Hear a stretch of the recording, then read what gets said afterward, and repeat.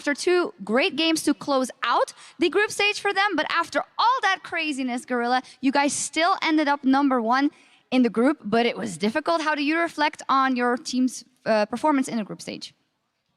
정말 맞댔었는지 간단히 말씀해 주세요. 일단 저희가 변명 아닌 변명을 하자면 처음에 스맵 선수도 많이 아프고 그래서 감기 때문에 되게 고생을 했어서 초반 첫 주차를 조금 아쉽게 보낸 게 제일 큰 것 같고요. 그래서 저희가 조금 경기를 돌아 가다 보니까 이렇게 힘들게 한 것 같은데 좋은 기회를 다시 잡아서 조이를 해서 다행인 것 같아요. It might sound like an excuse, but Smeb was really sick in week 1, so I think as a team in general we struggled during week 1, and it took a long way around. But but I'm glad that we were able to secure our first seed from groups. Yeah, you guys did get the first seed. I do have to ask a thing that a lot of people have been asking about is what is up with the early game of the ROX Tigers. That seemed to be a specific pain point. What do you think happened? 많은 사람들이 이미 질문을 했겠지만 지금 락스타이거 팀의 이제 초반 경기력에 대해서 많은 지금 의문점을 가지고 있습니다. 좀 특별한 이유가 있는지 혹시 말씀해 줄 수 있나요? 일단 특별한 이유보다는 저희가 조금 긴장을 덜했던 것 같아요. 그래서 조금 오히려 긴장을 많이 했을 수도 있는데 조금 불리하게 시작하는 게 좀 그래서 8강 때는 조금 더 그것만 고치면 조금 좋은 경기력을 더 보여드릴 수 있지 않을까 생각하고 있어요. 긴장을 너무 많이 했다. 네. So I think we were just there's no specific reason, but in general we're just too nervous, and by being nervous we made some mistakes that we shouldn't have made. And I think as long as we fix those mistakes early game, then we should be fine for the quarterfinals. Yeah, you guys are still first seed. You were saying beforehand how you were really nervous throughout this day as it was so close. How did you personally experience today? 개인적으로 오늘 경험이 어땠었나요? 제가 ANX 경기를 할 때 마지막에 55분쯤에 제가 손이 저리더라고요. 손이 경련이 와서 포즈를 걸까 말까 이렇게 고민을 했었는데 참 진짜 이렇게 프로게임 하면서 좋은 경험을 한 것 같고요. 앞으로 이 경험을 가지고 조금 더 성장할 수 있지 않을까 생각하고 있어요. While playing as ANX, around 55 minutes in the game, actually my hand was shaking a lot, and I was even considering asking for a pause. And overall, I think I had a really good experience, and through this experience, I could grow even more as a professional gamer. All right, but we'll see what we can see from the ROX Tigers in the quarterfinals. Congratulations, Gorilla. Thank you very much. Homan and Analyst Desk close up today. Thank you, Shox. It has been decided. ROX will have the #1 seed out of Group A, and Albus Nox Luna seed #2. Do you have something you want to say right off the bat? Because otherwise, I'm going to dive into something else. I just want to say, the end of the group, we have ROX Tigers #1, and we have some of best players that play on the European server in the second place. So all in all, not that much surprise. Crepo found his way to have some pride in the standings at the end of the day. No, but if there is one thing that I want to talk about here, it has to be criticism towards the Albus Nox Luna draft, particularly with that Olaf ban. Yeah. I mean, we heard the casters talk about it, but you just saw Peanut go nuts on Elise in the prior game, and then you give it to him again. I mean, the only reason that I could think of them letting it through, it was the very first matchup, and it was that fact that Stejos played the Graves into Peanut's Elise, and that's what ended up giving them that advantage in the first time that they played the ROX Tigers. That's all I can think of, because you just saw him obliterate on Elise. You haven't really seen an Olaf performance from him where he's going off or anything like that. It is just so strange to see. At the same time, we can't truly judge this game because Stejos went for a level 2 Gromp gank bot lane, which is in no conceivable world would that ever lead to a kill. Yeah, and the punish wasn't even that serious. So, I think that, whilst that swung the game, it led to a blue buff invading, crazy things were happening, but Stejos got back on track. I think the biggest thing to take away from this is, individually, ROX Tigers are so incredibly impressive. I mean, we've just seen another good game out of Peanut. We've seen another great game out of their bottom lane duo. And even Kuro is looking stronger right now. I think that as an overall whole, you really do have to evaluate these teams' individual strengths and then how they bring it together as a team. At the same time, though, I want to see junglers challenge Peanut and force him into these decisions where he actually has to make the right call in terms of counter jungling. I think the blue buff contest was definitely not wrong, but when somebody shows bottom side of the map after clearing early on right side, the correct play in many people's book is to invade top left of the side of the map. Really go for that counter jungle, steal away his hopes, dreams, and camps. But Peanut, on 2 different occasions today, has chosen not to go for the aggressive counter jungler.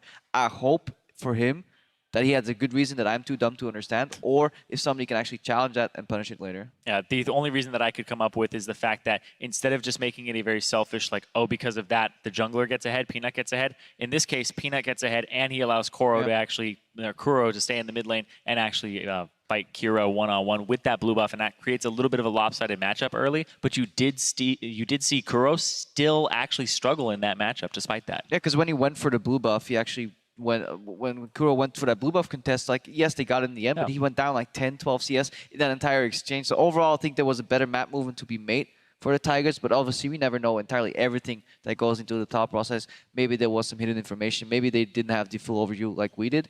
I just want to track this more throughout the next stages of the tournament. And while maybe we don't think that that was the best decision in the moment, we have to recognize the fact that Peanut today has stepped up massively for the ROX Tigers. If there was somebody who was really underperforming last week, as on that Olaf game, he came up big for them this time around and will receive our final player of the game honors. I think it's a lack of hesitation now coming out in his play. He looked nervous, honestly, coming in to this day, and even last week.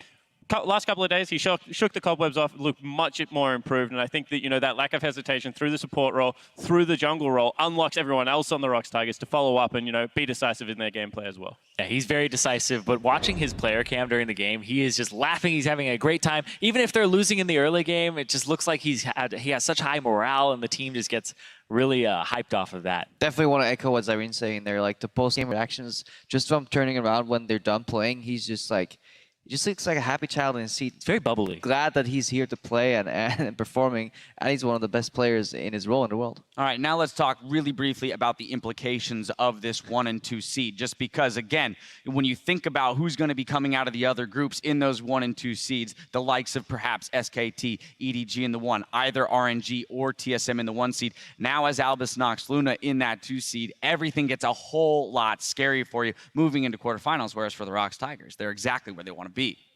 Yeah, I completely agree. I mean, when you have a look at the 2 seeds that are going to come out of this tournament, we thought there was a big layer of cream on top, which, are the TSMs and the EDGs and SKTs and the ROX Tigers now, but there is all this milk underneath. And I mean, ANX now falls into that, and I think it's going to be very hard for a lot of these Seed 2 teams to actually challenge Seed 1. It'll be very hard for ANX, but for ROX, it'll still be challenging if they get a Group D pool.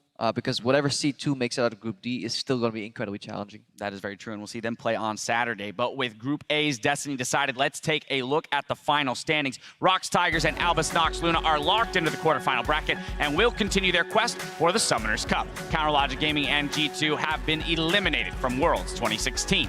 Now tomorrow, Group C does battle. First, Chinese #1 seed Edward Gaming comes up against the CB Lowell's INTZ. Group C teams will each play their final 3 matches tomorrow. Any ties will be decided immediately at the end of the day's scheduled matches. Gentlemen, as you look at this group and the schedule ahead of us, what are the teams that you're perhaps looking, to make a big statement tomorrow? A lot will be decided in that AHQ versus H2K match. Depending on how the group's going to play out, because everybody expects EDG to keep up the upwards trend, and INTZ will likely buckle under the pressure, but we never know. Yeah, you never know, but I do want to see how much of the upward trend actually comes through for EDG, because if you look at their solo queue accounts and what they're like 2 scrim blocks a day, and they're all in Challenger now pretty much, this team, so they have really been like, nose to the grinder, actually putting in the hard work over the break, and you would expect EDG to actually fly out of the gates this time around. They said themselves they were a little bit nervous. Def said he froze in his seat after the INTZ loss, and then was kind of like, if this happens again, our Worlds is going to be kaboom like last year. So I really do think that these guys are, trying to get themselves into a winning mindset and trying to, move forward. Yeah, I'm looking at INTZ personally from Brazil, because I think that this is a team that they showed what they were made of when they played against EDG. I think they still have a lot of that left in the tank, and that they'd be able to pull it out against teams like H2K, which I know that they have actually played against a lot back in Europe when they were practicing. And I know that also AHQ, those skill levels between these teams are not as far apart as people were thinking. The gap is closing. Now, and if today is proof of anything, it's exactly that INTZ could make a similar run to Albus Nox Luna to getting out of the group stages. But I now want to hone in one more time on this AHQ H2K matchup, as I think that's where most people are looking at the competition for that Seed 2. What do we think is the major differences between these squads and where things might hinge? I think it's a late game decision call making, right? AHQ just looks so much more polished in that area, and H2K, honestly, they look like they still have a good laning phase, but that is one of the their shot calling just has to really be questioned. The biggest problem for H2K for me is the fact that they can't alter once a call is made, because the nature of their shot calling is very chaotic in a sense that people start shouting the same things over and over. So it's not like kill target X, it's more like X, X, X, X, X, which means nobody else can jump in. Hey guys, perhaps this is a bad idea. Shall we retreat, rotate? No. Once the call is made, we're going in. And that leads to very like snowbally maneuvers and very little room for pivoting, which makes their Baron dances very poor. Sometimes their TPs are too forced as well. Yeah, I've actually had a big problem with their team fighting. I feel like their team fighting, they are not guarding each other. They're not peeling for each other. It's always, this is the target, kill the target, and they don't change in the middle of the fight. I think about the fight where Ryu actually had a terrible path by the Baron pit as Cassiopeia is not relative to his team at all. He doesn't know who's coming in, and he's actually just being way too aggressive.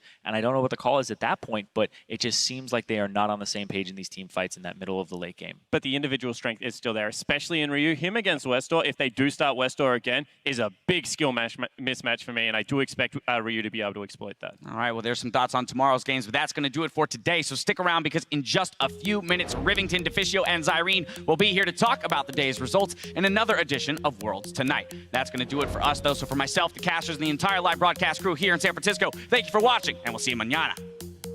There's so much pressure on G2